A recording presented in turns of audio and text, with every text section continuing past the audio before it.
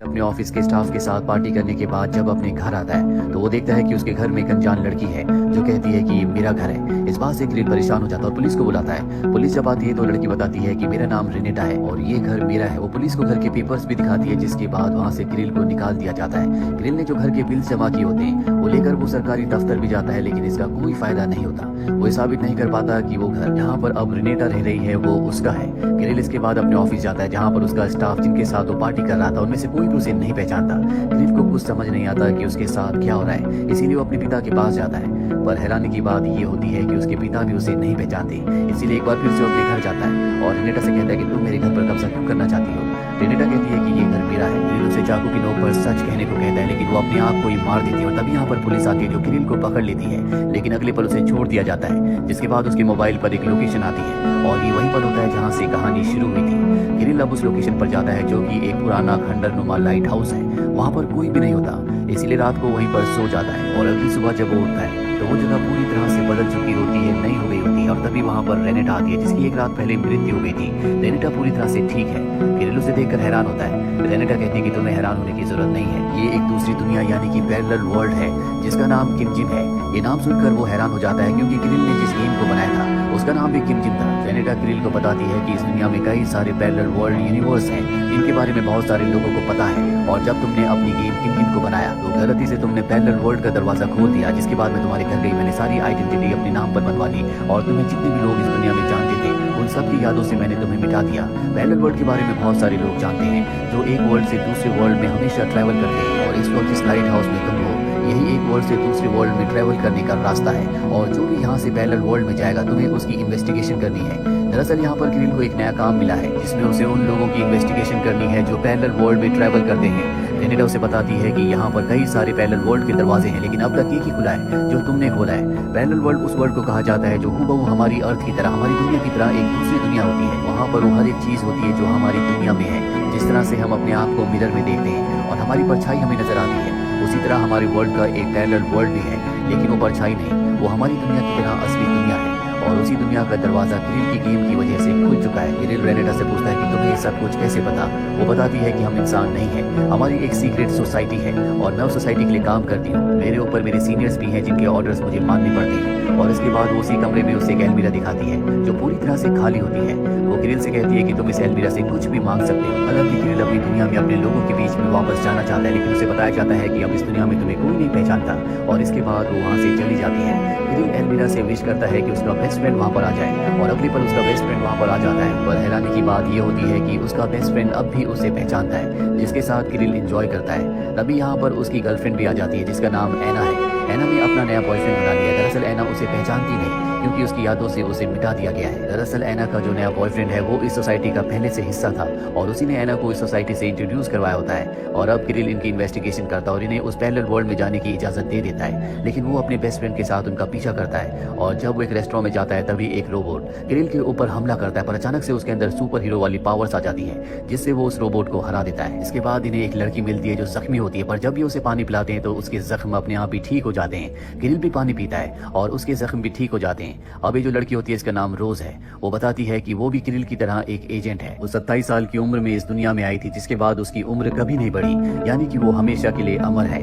Kirill भी समझ जाता है कि वो भी उसी की तरह अमर है और अब वो अपने टावर में वापस आ जाता है। अगली सुबह जब उसकी नींद खुलती है तो वो देखता है कि एक नई दुनिया का दरवाजा खुल चुका है जो कि बहुत ही खूबसूरत है। और अब इस नई दुनिया को देखने के लिए रेनेटा अपने सीनियर्स के साथ आती है। साथ ही वो किरिल को एक लॉकेट देती है और कहती है कि तुम किसी भी दुनिया में 15 किलोमीटर से ज्यादा नहीं जा सकती। अगर तुमने ऐसा किया तो तुम्हारी जान जा सकती है। किरिल के पास कोई भी रास्ता नहीं है, उसे इनकी बात माननी ही पड़ेगी। और अगले दिन यहाँ पर उसकी एक्स गर्लफ्रेंड यानी कि एना अपने बॉयफ्रेंड के साथ आती है। दरअसल अब जो नई दुनिया का रास्ता दरवाजा खुला है वो अपने बॉयफ्रेंड के साथ उस दुनिया में चली जाती है।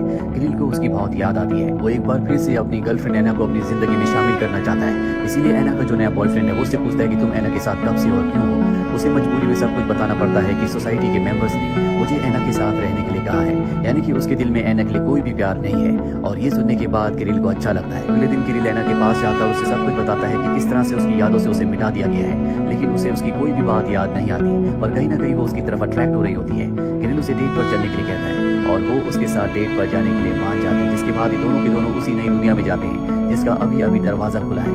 अब क्योंकि क्रिल ने 2 नई दुनियाओं को ढूंढा है, इसीलिए उसके सामान में एक पार्टी दी जाती है। यहाँ पर क्रिल एना के साथ आता है। एना और क्रिल को साथ देखकर रेनेटा को बिल्कुल अच्छा नहीं लगता।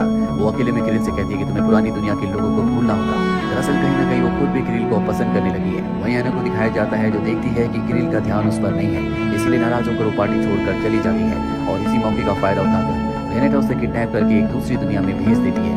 क्रिल वापस अपने लाइट हाउस टावर में आता है, जहाँ पर अगले दिन उसके पास एक लेडी आती है और कहती है कि हमारे पास तुम्हारे लिए एक मिशन है। तुम्हें एक खास दुनिया का दरवाजा खोलना होगा, जो कि असली दुनिया है, जहाँ पर किसी तरह की कोई प्रॉब्लम नहीं है। इसे हम सभी पैरेलल वर्ल्ड का स्वर्ग भी कह सकते हैं। दरअसल जितने भी पैरेलल वर्ल्ड हैं वो सब उसी की कॉपी है और वो वर्ल्ड ओरिजिनल वर्ल्ड है। वहाँ पर किसी भी तरह की कोई भी प्रॉब्लम नहीं है, जिस तरह के दूसरे पैरेलल वर्ल्ड्स में है। तुम्हें वहाँ जाकर सीखना होगा कि वहाँ का तौर तरीका क्या है, जिससे कि वो लोग इतने खुशहाल हैं। और एक बार अगर तुमने सीख लिया तो हम सभी पैरेलल वर्ल्ड को उसी वर्ल्ड की तरह बना देंगे। अब यहाँ पर क्रिल अपनी गर्लफ्रेंड एना को कॉल करने की कोशिश करता है, लेकिन उसका कॉल नहीं लग रहा होता, इसीलिए उसके घर जाता है। पर एना अपने घर पर नहीं होती। क्रिल वापस आ जाता है और अगली सुबह जब उठता है तो देखता है कि एक नई दुनिया का दरवाजा खुला हुआ है। वो उस दरवाजे से उस दुनिया में एंटर करता है जिस दुनिया की हालत बहुत ज्यादा खराब होती है। यहाँ पर इंसान लगभग पूरी तरह से खत्म हो चुके होते हैं और जितने भी लोग बचे होते हैं वो बीमार होते हैं, थके हुए होते हैं, जो कि एक बहुत बड़ी फैक्ट्री में एक लेडी के लिए काम करते हैं। ये लेडी बहुत ज्यादा निर्दयी होती है और जब क्रिल उस लेडी के पास जाता है तो वो लेडी उसे पहचान जाती है कि ये टावर का कस्टम ऑफिसर है, जो उन लोगों की इन्वेस्टिगेशन करता है जो पैरेलल वर्ल्ड में ट्रैवल करते हैं। दरअसल इस लेडी का भी इस दुनिया में यही काम होता है और अब क्रिल देखता है कि वहाँ पर जितने भी लोग इस लेडी के लिए काम करते हैं उनकी हालत बहुत ज्यादा खराब है। और उसी भीड़ में वो एना को भी देखता है जो बहुत ज्यादा बीमार होती है। वो एना के पास जाता है और कहता है कि हमें यहाँ से जाना होगा। और जब वो एना को लेकर यहाँ से भाग रहा होता है वो लेडी उसके पास आ जाती है, उससे लड़ती है, लेकिन क्रिल किसी तरह से वहाँ से एना को लेकर भागने में कामयाब हो जाता है। क्रिल वापस अपनी लाइट हाउस टावर में आ जाता है, जहाँ पर उसका बेस्ट फ्रेंड उसके पास आता है और कहता है कि अब मैं भी इस सोसाइटी का हिस्सा हूँ, मैं तुम्हारा सीनियर हूँ और तुमने बहुत सारे रूल्स तोड़े हैं। सीधे जो तुम्हारी 15 किलोमीटर की रेंज थी मैं उसे कम करके 50 मीटर कर रहा हूँ, यानी कि वो अपने लाइट हाउस टावर से आसपास ही जा सकता है। दरअसल क्रिल का जो ये बेस्ट फ्रेंड होता है पहले से सोसाइटी का हिस्सा था, इसीलिए क्रिल उसकी यादों से कभी नहीं मिटा था। और अब उसके जाने के बाद वो देखता है कि उसकी गर्लफ्रेंड एना की हालत बहुत ज्यादा खराब है, वो अपनी जिंदगी की आखिरी सांसें ले रही है। इसीलिए वो तय करता है कि वो क्रिल को उस दुनिया में ले जाएगा जिस दुनिया का दरवाजा दूसरे नंबर पर खुला था, जो कि बहुत ही खूबसूरत दुनिया है, जहाँ पर क्रिल पहले भी अपने एक्स बॉयफ्रेंड के साथ जा चुकी है। लेकिन जब क्रिल एना को लेकर बाहर जाता है और 50 मीटर की रेंज को क्रॉस करता है तो उसका शरीर गलना शुरू हो जाता है। उसकी जान जाने वाली होती है कि एना उसके गले से उस लॉकेट को खींचकर फेंक देती है, जिससे वो पूरी तरह से ठीक हो जाता है, यानी कि अब वो पूरी तरह से आजाद है, वो किसी भी दुनिया में कहीं भी जा सकता है। क्रिल वापस अपने लाइट हाउस टावर में आ जाता है और अगली सुबह वो देखता है कि एक नई दुनिया का दरवाजा खुला है। वो उस दुनिया में जाता है जो कि बहुत ही ज्यादा आधुनिक होती है। यहाँ पर सारी की सारी टेक्नोलॉजीज बहुत ज्यादा एडवांस होती है और तभी उसके पास एक कस्टम ऑफिसर आता है। इस ऑफिसर का भी वही काम है जो कि क्रिल का है।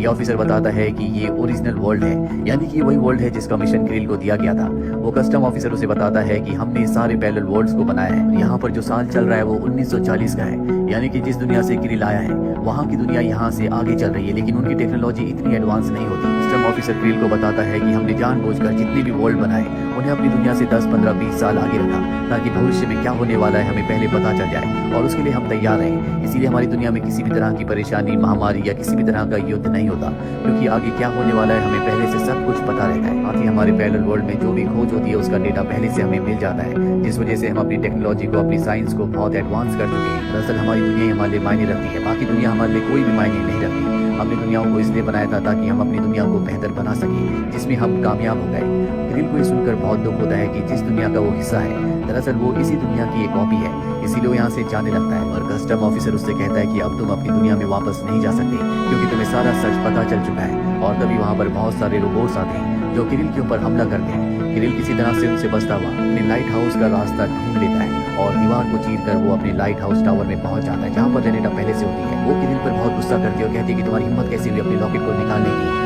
क्रिल देखता है कि यहाँ पर एना नहीं है। दरअसल अब उसे एक बार फिर से रेनेटा ने किसी दूसरे पैरेलल वर्ल्ड में भेज दिया है और अब वो क्रिल के ऊपर हमला भी कर देती है, लेकिन क्रिल अपनी शक्तियों से उसे मार देता है और जैसी रेनेटा की मृत्यु होती है पूरा का पूरा टावर वहीं पर ढह जाता है। रेनेटा की मृत्यु के बाद क्रिल, जो कि अब भी पूरी तरह से ठीक है, उसका फोन रिंग होता है और ये फोन उसकी पेरेंट्स का होता है, यानी कि क्रिल के पेरेंट्स अब उसे पहचानते हैं। यानी कि रेनेटा ने जितने भी लोगों की यादों से क्रिल को हमेशा के लिए मिटा दिया था वो वापस उनकी यादों में आ चुका है। क्रिल को इस बात से खुशी होती है, पर वो एना को ढूंढना चाहता है और अब यहाँ पर क्रिल का बेस्ट फ्रेंड आ जाता है। वो कहता है कि टावर टूट चुका है, इसलिए हम किसी भी दूसरे वर्ल्ड में नहीं जा सकते। अगर तुम्हें किसी भी दूसरे वर्ल्ड में जाना है तो तो हमें इस लाइट हाउस टावर को दोबारा बनाना होगा, जहाँ से दूसरी दुनिया का यानी कि पैरेलल वर्ल्ड का रास्ता खुलता हो। और ये दोनों यहाँ से जानने के लिए निकल पड़ते हैं कि दूसरी दुनिया के दरवाजों को कैसे बनाया जा सकता है, कैसे दोबारा से लाइट हाउस को बनाया जाए। वही हमें लाइट हाउस को दिखाया जाता है जहाँ पर फायर ब्रिगेड पहुंच जाती है, क्योंकि वो पूरा का पूरा टावर मलबे में तब्दील हो चुका होता है। वहाँ पर आग लगी होती है और फायर ब्रिगेड जब वहाँ पानी फेंकती है, वो पानी रेनेटा की बॉडी के ऊपर गिरता है, जिससे वो रिकवर होना शुरू हो जाती है। वो एक बार फिर से जिंदा हो जाती है, क्योंकि जिस दुनिया की, जिस सोसाइटी के मेंबर्स हैं, पानी में उनकी पावर है। पानी से ही अपने घाव को, अपने आप को पूरी तरह से ठीक कर सकते हैं। रेनेटा के दोबारा जिंदा होने का मतलब ये है कि जल्दी दूसरी दुनिया के रास्ते भी खुल जाएंगे, लेकिन सबसे पहले वो ग्रिल से बदला लेना चाहेंगी। और इसी के साथ ये फिल्म की कहानी यहीं पर खत्म हो जाती है। उम्मीद करते हैं कि ये कहानी आपको पसंद आई होगी।